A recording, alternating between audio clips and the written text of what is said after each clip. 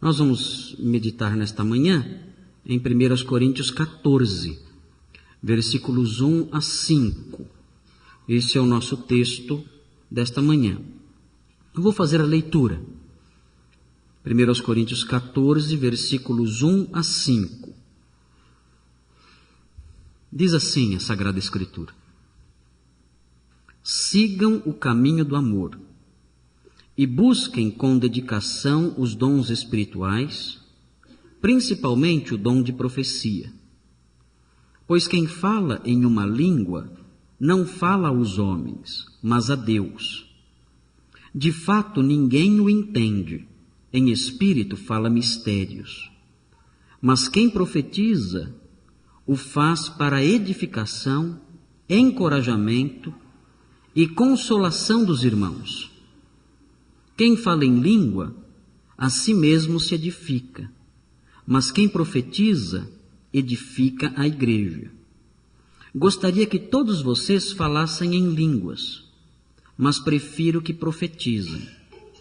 Quem profetiza é maior do que aquele que fala em línguas, a não ser que as interprete, para que a igreja seja edificada. Irmãos, o capítulo 14 de 1 Coríntios tem esse parágrafo a título de introdução, é um parágrafo introdutório, e a tendência que nós temos muitas vezes é olhar para esse capítulo 14 e conduzir a discussão e a análise do capítulo sobre o tema da existência, da vigência ou não, nos dias modernos, do dom de línguas e do dom de profecia. Sempre que alguém se aproxima do capítulo 14, a discussão que a pessoa apresenta é se o dom de profecias existe, se o dom de línguas existe, ou se esses dons não existem mais. E quando se aproximam do texto com essa intenção, automaticamente o intérprete e o pregador se afastam do objetivo, da intenção que o autor bíblico tinha quando escreveu esse texto. Quando o autor bíblico escreveu esse texto, a intenção dele não era falar, dizer ou ensinar se o dom de línguas ou o dom de profecia existiam ou não, ou se iriam acabar logo ou não iriam acabar logo. Não era isso, não era essa a intenção do escritor. O escritor, o apóstolo Paulo, quando escreveu isso aqui, não estava pensando nisso. Ele não estava pensando quanto tempo ia durar as profecias, ou quanto tempo o dom de línguas iria permanecer. Ele não se preocupava com isso. E quando nós nos aproximamos do texto com essas preocupações, nós nos afastamos do objetivo central do autor. Nós sabemos, à luz de outros elementos do próprio capítulo 14, nós sabemos, à luz de outras evidências do próprio Novo Testamento, conjugadas com evidências até mesmo do Antigo Testamento, nós sabemos, à luz da história eclesiástica ao longo dos séculos, nós sabemos que o dom de que fala, ou os dons de que o apóstolo Paulo fala nesse texto, esses fenômenos extraordinários que marcaram a época apostólica, nós sabemos que não existem mais. São fatos. Nós não estamos falando aqui de posições teológicas. Não é disso que estamos falando ainda. E nem precisamos chegar agora nessa discussão, na discussão teológica acerca da existência ou não desses dons. Por ora, basta que nós olhemos para os fatos que nos rodeiam e os fatos que marcaram a história eclesiástica, principalmente nos primeiros séculos depois do período apostólico. Nós percebemos, e o registro histórico mostra isso, os escritos dos pais da igreja mostram isso, os teólogos da antiguidade mostram isso, e toda a história eclesiástica, nos seus períodos mais dourados, mostra isso, que esses dons são dons restritos ao período formativo da igreja. Há pessoas que tentam tornar esses dons naturais, o mais natural possível, para tentar explicá-los e desse modo dizer que eles ainda prevalecem hoje. E dizem que o dom de línguas é a capacidade de aprender idiomas. Então, se uma pessoa tem facilidade de aprender idiomas, então ele tem o dom de línguas. E a profecia dizem que é a capacidade de pregar a palavra. Então, se a pessoa prega a palavra, ele está profetizando. Eu, no caso, estaria profetizando aqui. Mas essas explicações não se amoldam de modo honesto com aquilo que nós vemos no Novo Testamento. Quando o Novo Testamento fala de dom de línguas, ele fala de uma capacidade extraordinária, miraculosa, sobrenatural, de alguém falar um idioma estranho, um idioma que ele nunca aprendeu na vida. Ele é capaz de falar uma língua uma língua humana. Há pessoas que estão levando isso para outra direção, dizendo que a pessoa pode falar língua de anjos e tudo mais. Isso não existe.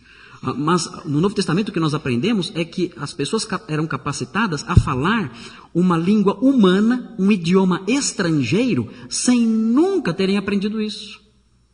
Era algo simplesmente sobrenatural. Quando o dom de línguas aconteceu pela primeira vez no capítulo 2 de Atos, os estrangeiros que estavam ali presentes, naquela ocasião em Jerusalém, porque era uma festa, era a festa de Pentecostes, e havia estrangeiros de toda parte, de todo mundo ali presentes, os estrangeiros, quando viram essa manifestação, somente eles entendiam o que a igreja estava dizendo.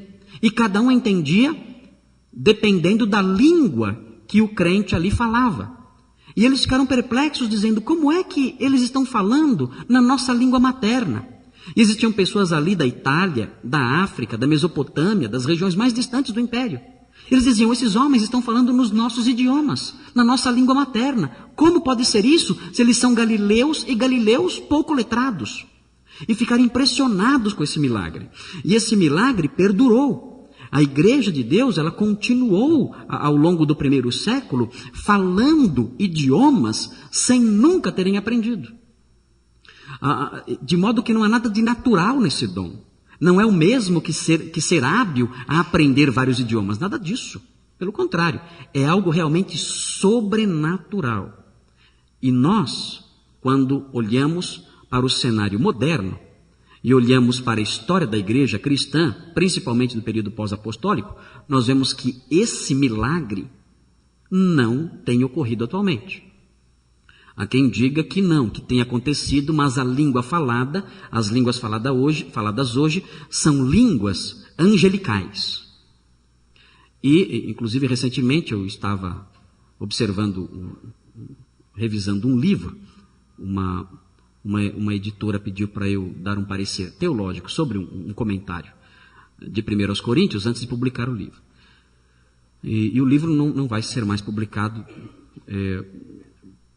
porque eu disse que jamais compraria aquilo na minha vida. E o ensino do autor sobre o dom de línguas era que o dom de línguas em 1 Coríntios é uma manifestação angélica de sons. E agora capricharam no som aqui, né?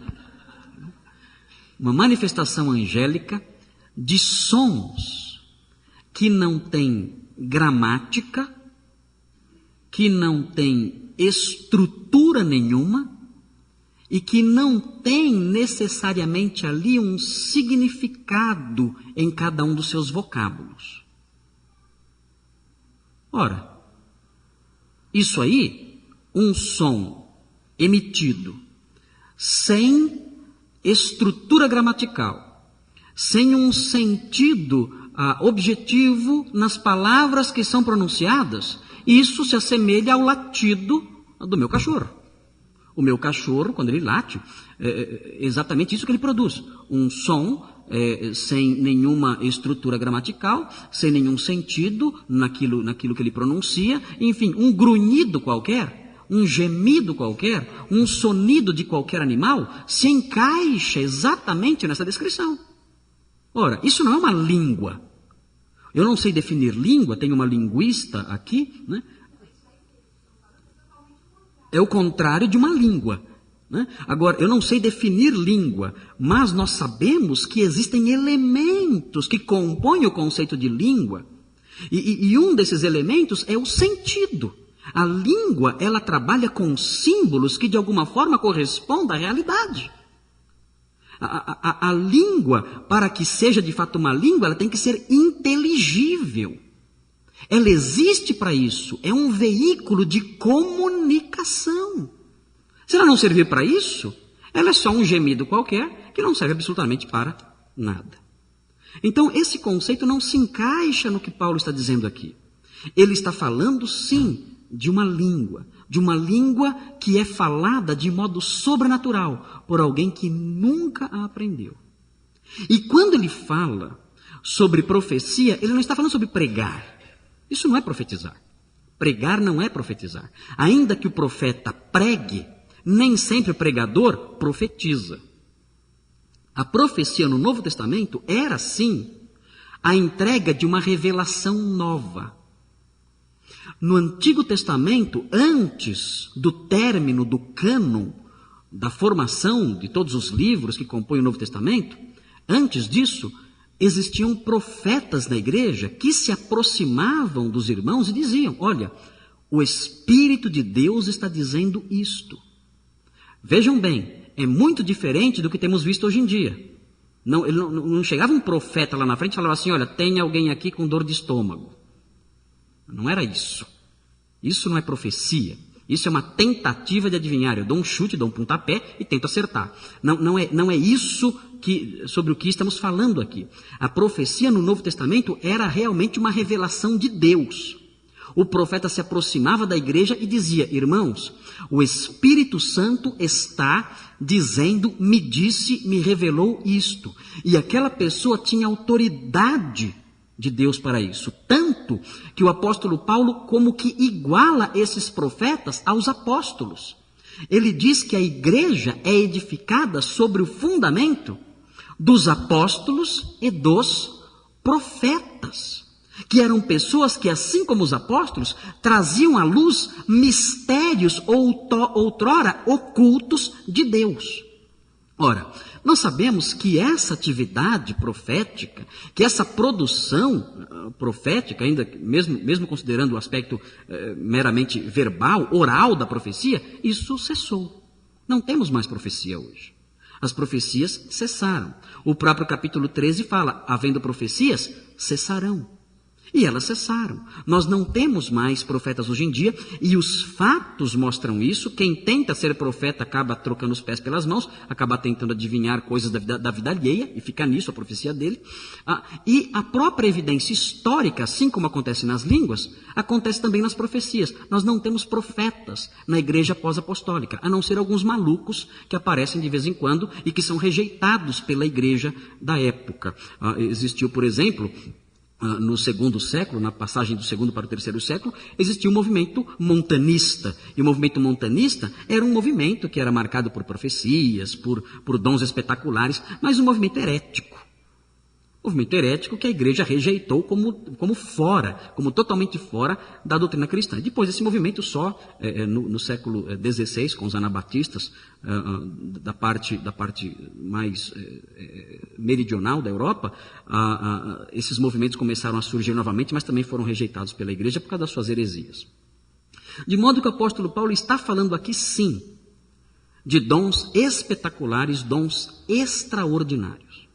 E esses dons, nós sabemos, pela evidência, tanto histórica como teológica, que veremos numa ocasião mais oportuna, que esses dons não existem mais, desapareceram. Mas existe um objetivo no coração do apóstolo Paulo que perdura dentro desse texto. E é isso que nós não podemos perder de vista. É esse objetivo, é esse alvo do apóstolo Paulo presente no texto que está diante de nós, que nós não podemos perder de vista nunca. O apóstolo Paulo mostra, nesses versículos introdutórios do capítulo 14, o apóstolo Paulo mostra uma preocupação que independentemente de existir ou não dons hoje, esses dons hoje, essa preocupação deve existir, deve perdurar, deve continuar. Não podemos perdê-la de vista. O apóstolo Paulo está preocupado aqui em colocar a edificação da igreja acima da edificação pessoal. É muito interessante olhar isso, perceber isso no texto, porque isso geralmente é entendido às avessas pelos crentes. Os crentes acreditam que a sua edificação pessoal, que buscar a edificação individual, pessoal, é mais importante do que buscar a edificação da igreja. E eu posso assustar algumas pessoas ao dizer que não é. E assusto as pessoas com toda tranquilidade, porque o texto mostra claramente que o apóstolo Paulo está muito mais preocupado em ensinar os crentes a buscar a edificação da igreja do que a edificação de si mesmos. O apóstolo Paulo é claro em mostrar isso. Ele diz, eu prefiro que vocês profetizem mais do que falem em línguas, porque quem profetiza edifica a igreja, quem fala em línguas edifica-se a si mesmo. E eu prefiro que vocês então profetizem para que a igreja seja edificada, porque isso é mais importante do que buscar a edificação pessoal. Ora, se esse é o valor que o apóstolo Paulo quer ensinar aqui, isso muda totalmente a nossa motivação quando a gente vai na igreja. Eu não vou mais à igreja porque eu quero me edificar. Eu não vou mais para a igreja porque eu quero me alimentar e eu quero crescer e eu quero me santificar. Isso é até bom. Isso não deve ser descartado, mas existe uma motivação mais elevada. Existe um alvo que está acima disso. Eu devo ir até a igreja para buscar a edificação do outro. É essa a motivação correta do crente maduro. Ele não vem na igreja e se isola. Isso não existe no cristianismo autêntico. O crente que vem à igreja e se isola. Ele chega, senta, é alimentado e vira fumaça. Some. Ninguém sabe de onde veio, para onde vai, o nome, nada, o endereço, os problemas, a vida, nada. Ele é alguém que não compartilha nada de si. Ele é alguém que não oferece nada a ninguém. Ele aparece e desaparece, né? Some. É um personagem misterioso, é uma figura obscura, né? E essa figura, à luz do Novo Testamento, não perfaz, não apresenta, não representa a figura do crente que o apóstolo Paulo tem por modelo, tem por ideal. O crente maduro, o homem de Deus, o crente genuíno, esse homem é alguém que vem à igreja e busca seus irmãos e quer o convívio dos santos com o objetivo de edificar os outros. Ele quer ser útil para a igreja. Ele quer buscar o bem da igreja. Ele quer trabalhar para que a igreja seja melhor, para que a igreja amadureça, para que a igreja cresça, porque a igreja precisa amadurecer, a igreja precisa crescer. Ele não fica isolado olhando os defeitos. Ele não senta no banco e fala, aquilo está errado. Não concordo com isto. Aquela outra coisa deveria mudar. Não. Ele não tem tempo para isso.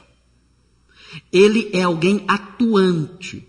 E atuante porque o crente espiritual se preocupa com o outro.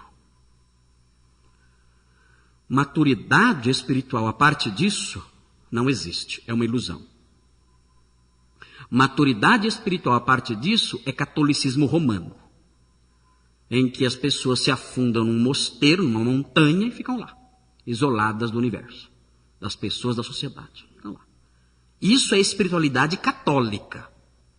A espiritualidade católica é assim, ela é isolacionista. Ela rompe com as pessoas. Ela se afasta. Ela não dá de si. Ela some para um canto e fica lá, refletindo, meditando. A espiritualidade bíblica é o contrário disso. A espiritualidade bíblica, ela foge do isolamento. A espiritualidade bíblica procura as pessoas, procura companhia, procura os seus irmãos. O crente realmente espiritual é quem sai à busca da comunhão com o outro, para produzir no outro o bem. Essa visão do alvo correto do crente espiritual teria feito muita diferença no passado. Ontem nós estávamos na igreja Ebenezer e aquela igreja me fez recordar da igreja batista há 30 ou 40 anos atrás. Igreja batista onde eu nasci, né? A denominação em que eu nasci. Eu nasci numa igreja batista de Vila Prudente. Frequentei desde a classe dos cordeirinhos de Jesus, o berçário da igreja, e fui embora. Quem sabe ainda vai chegar na classe da terceira idade. Né? E sempre presente na igreja batista. E participei de um período da nossa denominação que é um período dourado, um período de ouro da nossa denominação, em que as igrejas batistas construíam uma espécie de catedrais, eram pequenas catedrais que eram construídas, né? E catedrais bonitas, prédios majestosos com belíssimos vitrais e órgãos de tubo. É assim que é órgão de tubo que fala? Tubo. É isso, Weber? Órgãos de tubo. Aquilo era uma coisa extraordinária, né? Aqueles órgãos imensos, né? E aqueles corais grandiosos, bonitos, com becas coloridas, né? E havia toda uma pompa na igreja, e aquilo realmente era lindo, era muito bonito. A igreja cantava forte. Todos os homens e as senhoras iam à igreja, todos de terno e gravata, né? Naquela época isso era muito comum, todos ali com a gravata, e as senhoras também, todos muito bem vestidos, como se estivessem indo a um casamento, né? E a igreja enchia de gente, né? Era um período muito gostoso, pelo menos na minha infância ficou uma imagem muito, muito gostosa, muito bonita disso tudo. E as igrejas batistas da época eram chamadas, né, igrejas tradicionais. E ali então nós tínhamos todo aquele modelo de culto, que era um modelo que, devo dizer, é um modelo que eu gostava muito. Eu gostava, mesmo sendo criança, eu achava muito bonito aquele modelo de culto. Nunca me adaptei muito a um modelo de culto que traz algum grau de desordem. Isso me incomoda um pouco. Aliás, eu sou um pouco cismado com isso. Lá em casa tem uma planta que é toda cheia de galhos, e eu falo para Simone, joga isso fora, essa planta é muito desorganizada. Né? Temos que ter uma planta mais organizada, uma planta que cresça reto, e, né, bonitinha, tudo. Essa planta é muito desorganizada. Né? Mas a Simone gosta da planta e ela está lá. É uma desordem na área da botânica, mas está lá. E eu gostava desse modelo.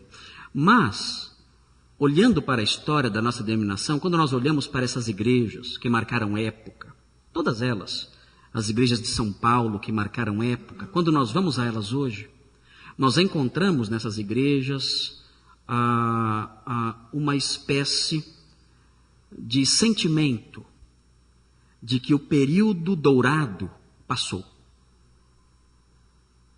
de que os anos de ouro ficaram para trás.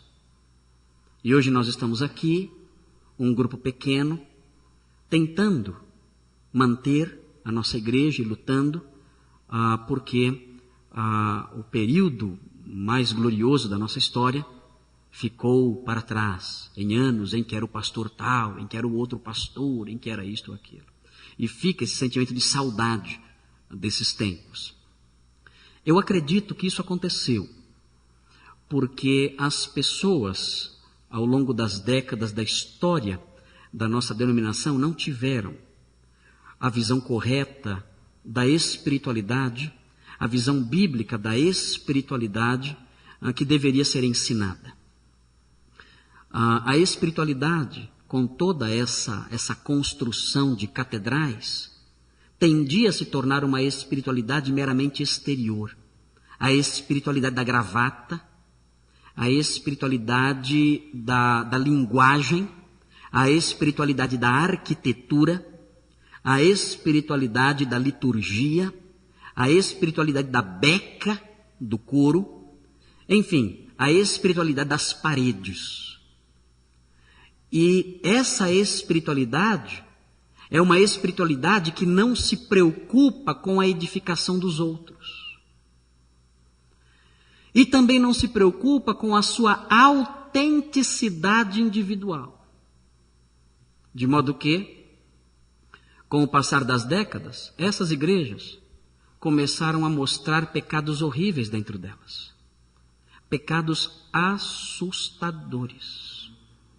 Coisas que nem mesmo entre os piores incrédulos poderia ser encontrado. Era encontrado nessas igrejas, que se partiram, que se dividiram, que se enfraqueceram e que hoje estão quase mortas. O que acontece, o que aconteceu e o que ainda acontece com os crentes é que eles desviam a preocupação espiritual do que deve ser alvo de preocupação espiritual. A espiritualidade nunca é focalizada no meu irmão. Nunca. Eu nunca busco uma espiritualidade que transborda, que afeta o outro. Nunca. Eu sempre busco uma espiritualidade mecânica, exterior, e isso mesmo nos movimentos pentecostais. Há uma busca de uma espiritualidade meramente exterior, de gritos e gestos. Eu nunca busco o crescimento de quem está ao meu lado, na minha frente ou atrás de mim. Eu me preocupo apenas com o meu alimento. Eu me preocupo apenas com o meu bem-estar. Eu me preocupo apenas com a minha vida espiritual, e isso ainda de modo limitado. É errado isso. Isso destrói. A verdadeira espiritualidade atinge os outros. E ela não existe se não há preocupação com os outros. O apóstolo Paulo mostra isso nesses versículos. Para que eu seja um crente realmente maduro e espiritual, eu preciso me preocupar com você. E você tem que se preocupar comigo. Sem isso, o cristianismo, na prática, não é autêntico. E isso faz as igrejas morrerem. Você se preocupa com a sua igreja, com a edificação dela? Se isso não faz parte das suas preocupações, você está muito longe de viver a vida espiritual ensinada no Novo Testamento. No Novo Testamento, a espiritualidade tem uma dimensão coletiva. Sem essa dimensão coletiva, você não pode ser um crente útil e produtivo dentro do reino. A mensagem central, portanto, é simples. Vem aí. O crente deve ter o bem da igreja entre as preocupações principais da sua vida. Aí está. E o bem da igreja, eu não estou falando do bem das paredes ou dos bancos. Eu estou falando do bem espiritual dos meus irmãos. Eu devo pastorear os meus irmãos. Quando Jesus se aproximou de Pedro e perguntou: Pedro, você me ama? Pedro respondeu de modo vacilante: sim, eu te amo.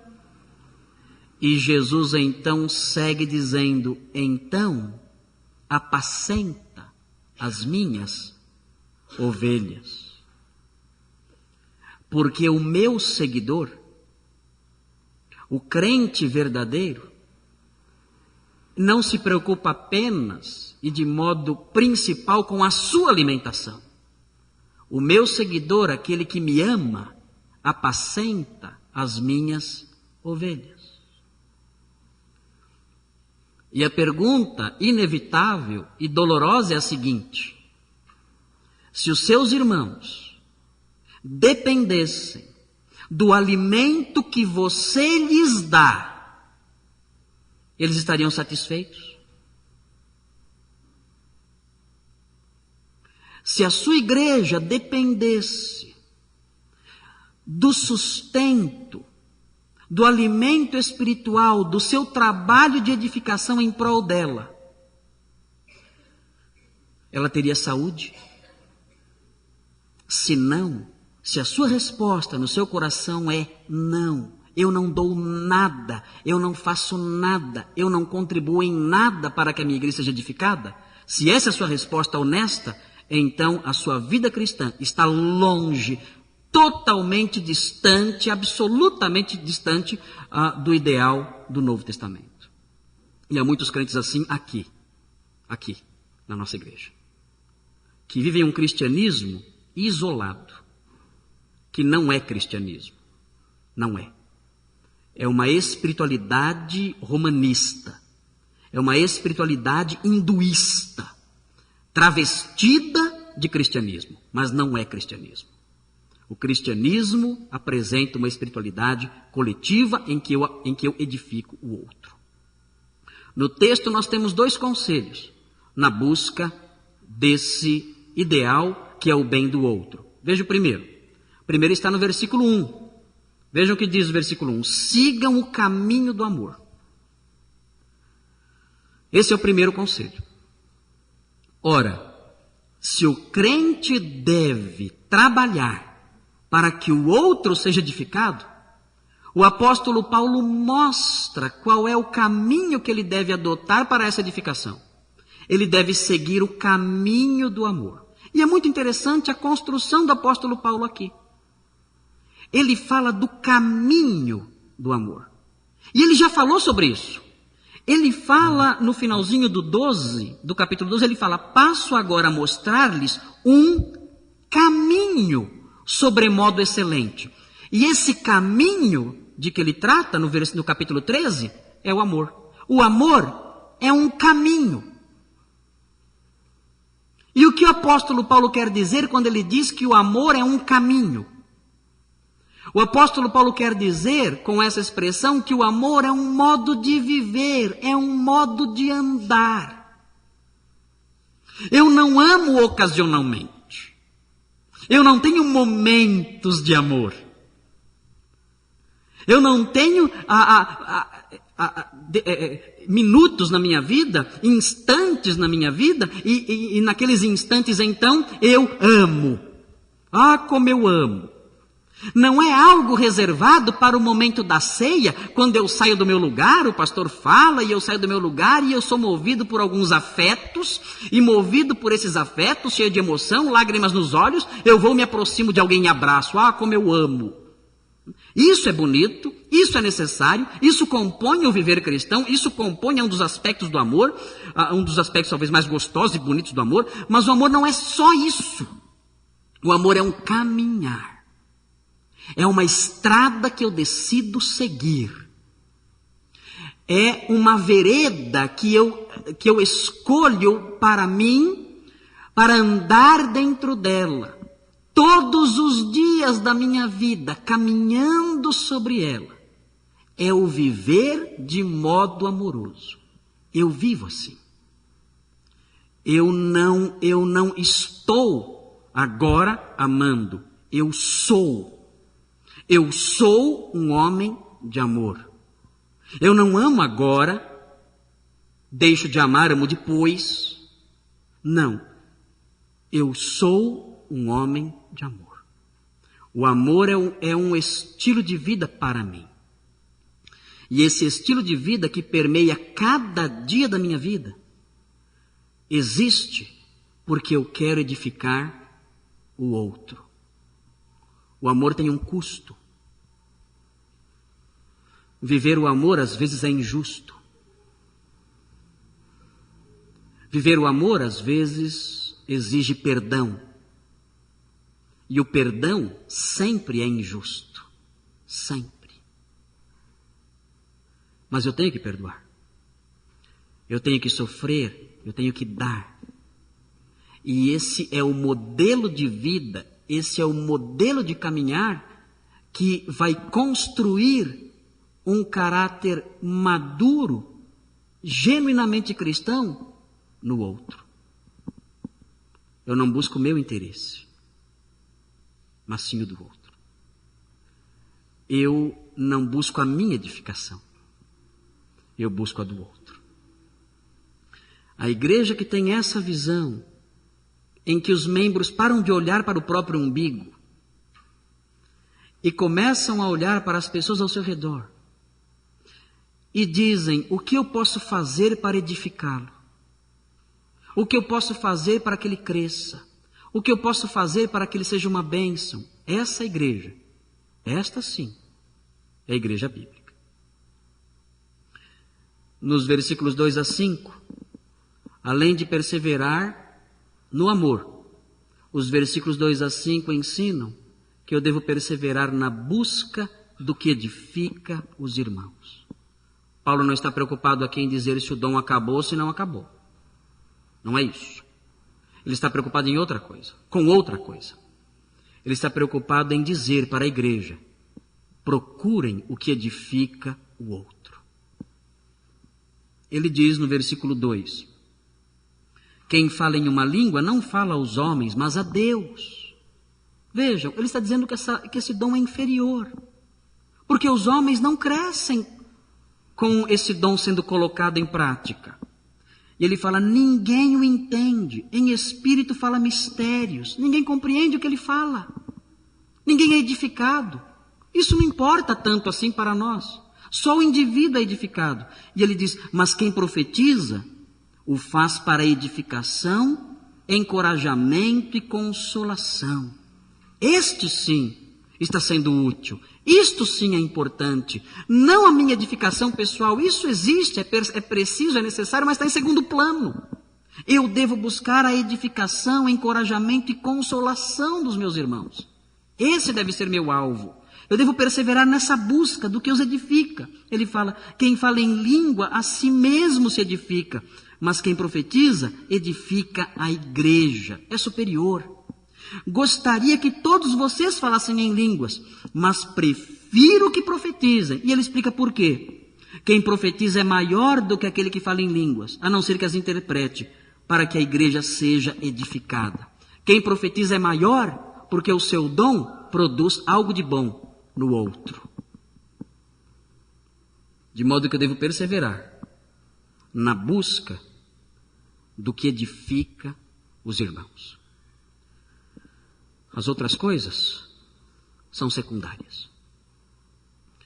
A minha busca de satisfação pessoal, de satisfação intelectual na igreja, de satisfação emocional na igreja. Muitas pessoas vão na igreja para isso, para terem satisfação emocional, para ficarem emocionadas.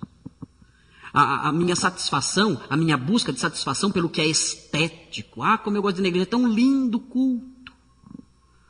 Essa igreja, o culto é mais bonito do que naquela. Eu vou naquela porque aquela ali é mais lindo o culto. Essa busca de satisfação pelo que é estético. Esse anseio de satisfazer os olhos, de encher os olhos, de experimentar emoções novas. Tudo isso está longe, anos-luz distante do que o crente deve perseguir. O crente deve lutar, perseguir aquilo que edifique os seus irmãos. Se não fizer, sua vida cristã não será uma vida cristã. Será uma vida cristianizada. Ele vai à igreja, Ele tem lá a sua Bíblia, ele, enfim, usa a sua gravatinha, tem a sua linguagem, o evangeliquez que ele fala, mas ele não tem uma vida cristã. É uma vida com uma capa de cristianismo, mas não é uma vida cristã. A vida cristã busca o bem da igreja, busca a edificação dos irmãos. Isto está acima de qualquer outra preocupação. Eu conheci um pastor no seminário presbiteriano. Na verdade, eu já o conhecia, mas eu o reencontrei lá depois de uns 13 anos que eu tinha visto. Ele tinha sido meu aluno no seminário há vários anos atrás. E eu o reencontrei lá, agora somos colegas de turma. E ele pastoreia uma pequena igreja em São José dos Campos. E eu perguntei a ele o seguinte: qual é o seu ideal para a sua igreja? Qual é o alvo? Qual é o plano que você tem para a sua igreja? E ele me respondeu o seguinte: eu quero construir uma igreja. Uma igreja em que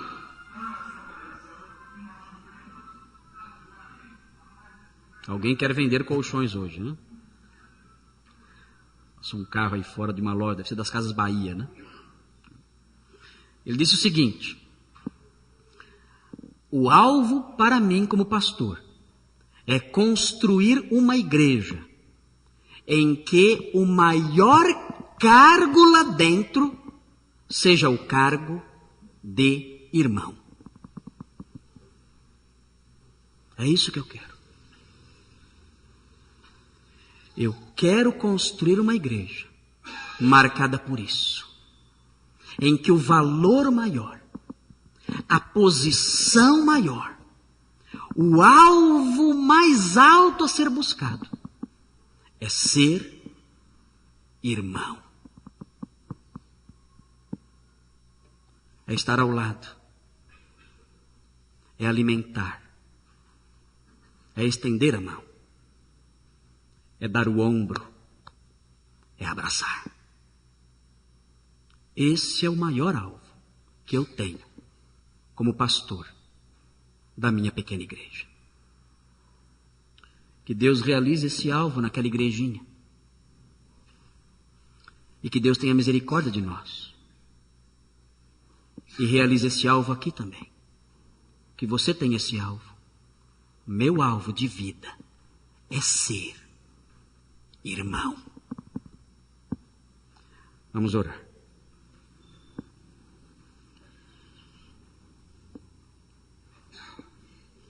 Senhor Deus e Pai bondoso, não permita que desviemos nossos olhos daquilo que o Senhor valoriza. Ó Deus, as igrejas têm se afastado de ideais tão elevados. E as pessoas têm uma vida voltada para si próprias. E muitas vezes esses alvos egoístas são revestidos de uma aparência de espiritualidade, quando na verdade são expressões de egoísmo espiritual, de descaso para com os irmãos. Senhor, nós queremos pedir que o Senhor nos livre dessa espiritualidade falsa, isolada, e que o Senhor trabalhe em nós, para que busquemos, cada um, alimentar o nosso irmão ao nosso lado. Que haja entre nós